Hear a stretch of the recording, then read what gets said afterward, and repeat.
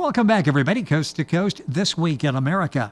The book On My Rod by Francois Lerotique is based on a true story, his 74-day hitchhiking trip from the east coast of North America to the west and as far north as Alaska.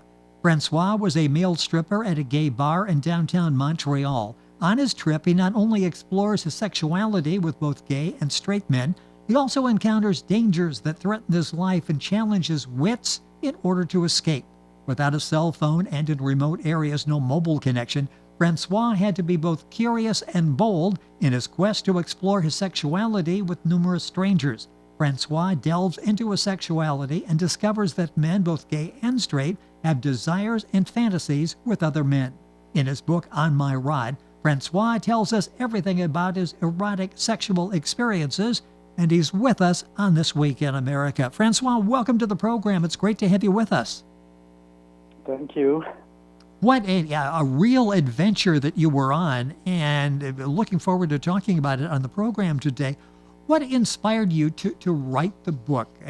Doing the experience is one thing, actually writing about it another. What was the inspiration for writing the book On My Rod? Actually, I took notes all along the trip because I wanted to have souvenirs for myself, but I never expected to write a book about it. But after the trip was done and I had met some friends from Yellowknife, he told me that I should really share this amazing story with everyone. And I thought he was right, because I would have felt selfish to keep it from myself, because it's very unique as a trip and story. Well, it really is on so many different levels that we'll talk about during the course of the program. Let's go back to the decision that you made to take off on this trip. This is something that probably a lot of people think about, but very few actually go through. You actually thought about it and decided you were going to do this. Talk about the inspiration for taking this trip. Yeah, actually, it's out of curiosity that I really wanted to see for myself, because I wanted to know what is the percentage of the population that is gay. And when you think about that, how can you make statistics about it? Like you call people at home and you ask them questions about it. So I thought the only way for me to find out would be to be alone with one man in a car, and he has an opportunity to explore his sexuality with another man. And so then I would make a calculation about, I would make my own study to satisfy my curiosity. When you took off on this venture, were you aware of the dangers? Because and they come home graphically in the book On My Rod with our guest on the program today, Francois Lerotique. Were you aware of some of the pitfalls, some of the problems, the dangers that you very well may encounter? Really not. I was young and bold and innocent, and I never thought about the things that could happen. Actually, I encountered two very dangerous situations, and I never thought about them. And some things I was thinking about that could happen would be to be gay bashed, because I would offer I would make some sexual offer to men to see if they would accept it. So I was afraid I could get gay bashed, and that never happened. So no, I was not aware of the dangers. And probably just as well you were young and hadn't thought this all the way through. You might have talked yourself out of making this trip. When you went into this, in planning it and going out and actually doing it, talk about your expectations. What did you expect, and did you find those expectations were true when you were on the road? Actually, I had two goals. I wanted to make my own study and find out about the percentage of the gay population. And I also wanted to see parts of the country I didn't see before. Canada, like United States, is a huge country, and I wanted to cover it all. So I wanted to see, I took a map and I unfolded it and I checked where is the furthest point I can reach by a car, by a road. and that was easy to pinpoint. It was called Inuvik. And I thought at first it was in the Northwest Territories, but I thought it was in the Yukon Territories, but it is actually in the Northwest Territories. You have to go through Yukon to get there, though. And so I wanted to see it all, and I had seen a few provinces of Canada before, so I thought in this trip I'm going to go everywhere I haven't been yet. And I will also find out about if what we hear about the gay population, about 10% is gay in statistics, is true or not. With us on the program, Francois Lerotique. He's the author of the book On My Rod. You'll find that if you can link on directly by going to our website, thisweekinamerica.us. It's available at authorreputationpress.com in the bookstore that you'll find on their site there. I want to go back to this danger thing because you really were putting yourself out there as you were traveling across the country. How dangerous is it to hitchhike as a young male across Canada? It's probably not something that's even seen in a lot of parts there. How dangerous was it specifically for a young male in Canada? Actually, I don't think it's that dangerous. I would say it's more dangerous than staying at home, but I mean, it's not like you have 1 out of 10 chance to have something bad happen to you. I met a lot of people, and I met a lot of people who had done this before, and I never heard of a bad experience. So I don't think it's that dangerous. It's interesting. How long did you have to wait for a ride? Was this something that you would spend a lot of time waiting for someone, or were people willing to pick you up? Yes, it varied a lot. The shortest time was no time at all, so 1 second, I would say. And the longest was 3 hours and 39 endless minutes. And when this happened, it was kind of I was about 1/3 of my trip, and I almost decided to stop the project because I was afraid this would happen again. And I also met a guy during my trip who had done hitchhiking in the past and was stuck in the same village for 3 whole days. So wow. I'm glad this didn't happen to me. Suddenly 3 hours doesn't seem that long, does it, when you run across somebody that spent 3 days waiting to get to the next leg of their trip? How many miles? I went in the beginning sort of like very roughly where you started, where you ended up. How many miles did you put on during the trip? Near 20,000 miles. Wow. And I also, like I said, I wrote all details of it when I was traveling because I could not remember it all. So I had met 296 strangers for rides to travel that 20,000 miles. You know, this is amazing. And our guest on the program is Francois Lerotique. I'm going to spell that for you. That's Francois. And Lerotique is Lerotique.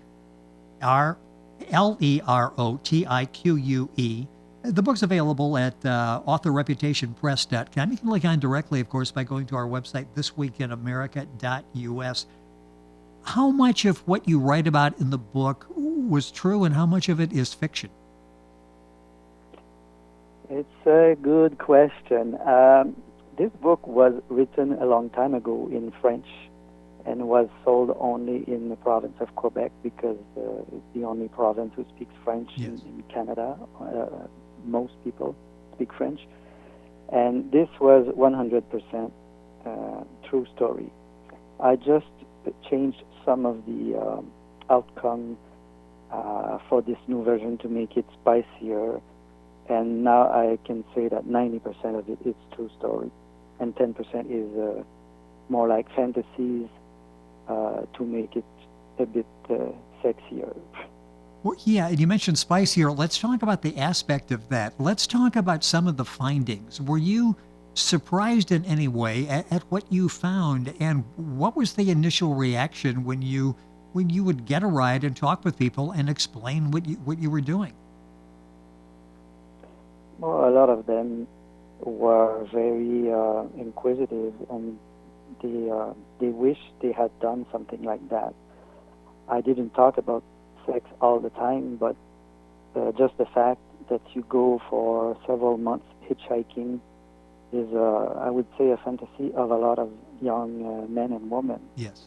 But a few women that I met told me they wish they had done that, and if they would have been a male, they would have, because it's more dangerous for a woman, of course, to do that kind of thing. What did you find in talking? And it's hard to generalize, and you'll get all the information that we're talking about in the book On My Rod by our guest Francois Lerotique. What were some of the broad findings that you came across? You went in with some idea, at least some questions as to sexual fantasies, that type of thing. Did you get the answers that you were looking for, do you think? Yes, I did. Actually, I compiled my own statistics, and of course, I met more than 10% of the people I met were a higher percentage of gay people, but that is unfair because I was part of my trips in big cities. That's where I would meet more gay people.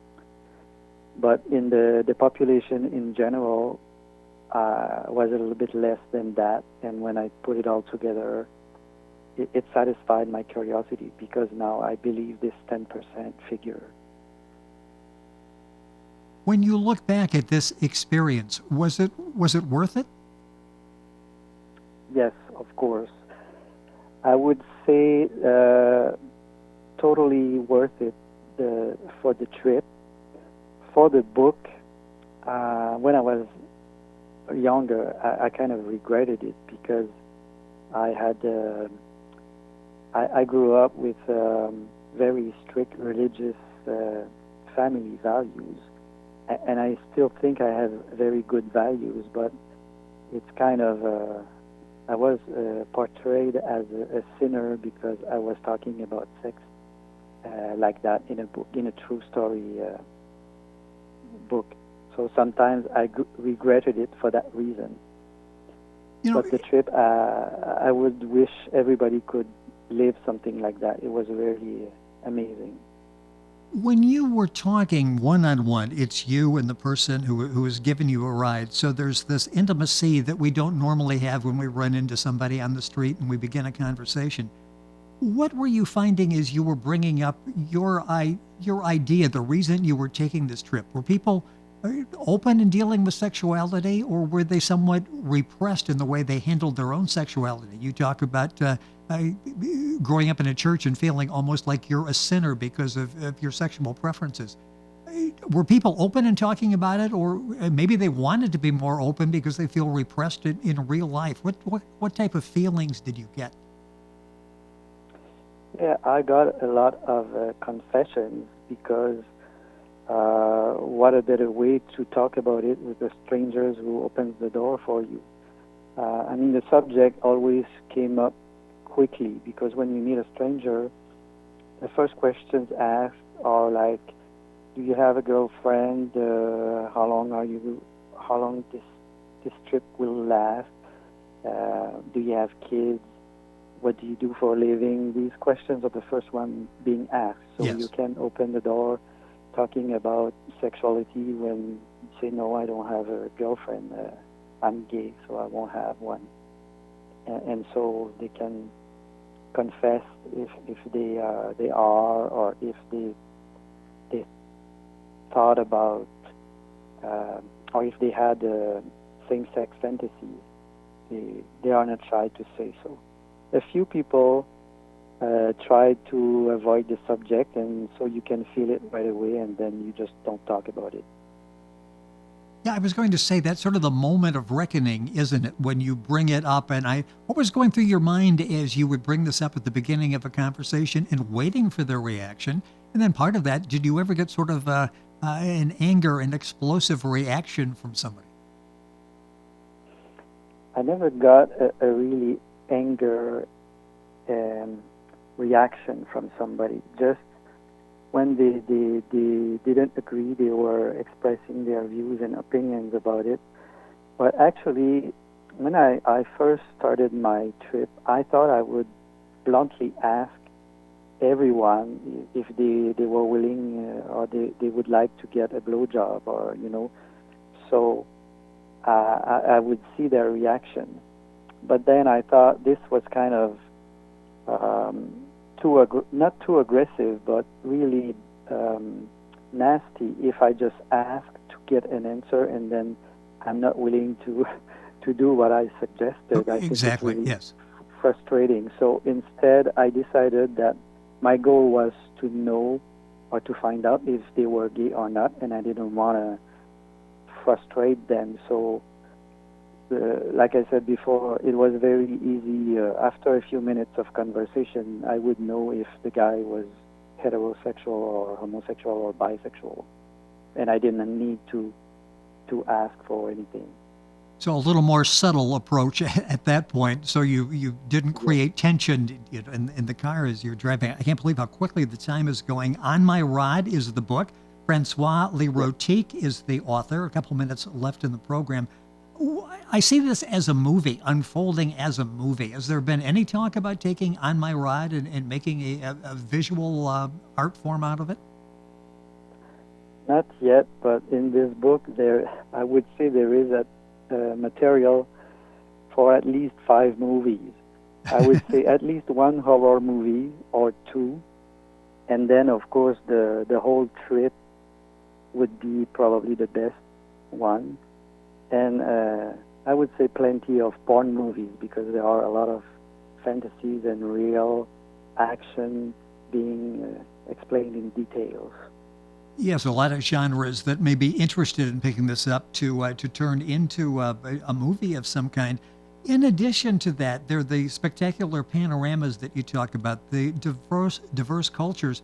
This really was a successful trip, wasn't it, on a number of levels, not just in understanding the theory that you had, the survey you were doing on sexual fantasies. It really was, other elements were involved in this as well, weren't they? Yeah, a lot of politics, a lot of history, a lot of geography, a lot of idea sharing. That was really amazing to learn about. Also the Native Americans that I don't really hear about when I'm living here in Montreal on the south shore of Yes. the country. What did this mean for you? Did this really sort of change your perception? You mentioned a young guy when you did this, and being out and going through all that you went through, seeing all that you went through. How did this change you? How did this trip change you? I think I was already open-minded before the trip, but then I got even more open-minded as you meet a lot of different people from different origins and different provinces. You see their way of living, what they have to go through. I think you are more thankful about what life has given to you. When I felt lucky to live where I'm living, because I would say that some people don't have it easy when you can't even get there within like 2 days of driving. Oh, And yes, then you yes. up north, they live. They don't only have snow, but they have during 6 months it's almost dark all the time. So it's very difficult, and they have to go through a lot of social problems with drugs and with unemployment over there. Well, on a number of levels, sort of a study of sociology in the book as well. What kind of reaction have you gotten to the book? The book was a bestseller here when it was first released in Quebec. Very It was only available through 3 or 4 libraries, gay libraries, which they don't exist anymore. There are, I think, less than 12 gay libraries left in the whole world, because everything is on internet everywhere. Oh, yes, yes. And what I was surprised about though is a lot of heterosexual women just love it. I don't even see or picture what is appealing to them, but I have heard that they really love it. Well, the book is So now available. It's called On My Rod. Our guest is the author Francois Lerotique. Francois is Francois, and Lerotique. You'll find it at authorreputationpress.com. You can link on directly to the site and the book by going to our website, thisweekinamerica.us.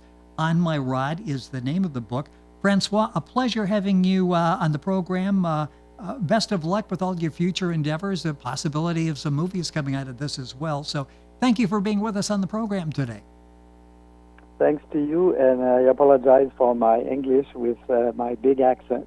No, you did very nicely. Nice job. Francois Lerotique, our guest on the program. The book is On My Rod. Again, information available on our website, thisweekinamerica.us. And we are back on today's program after these messages.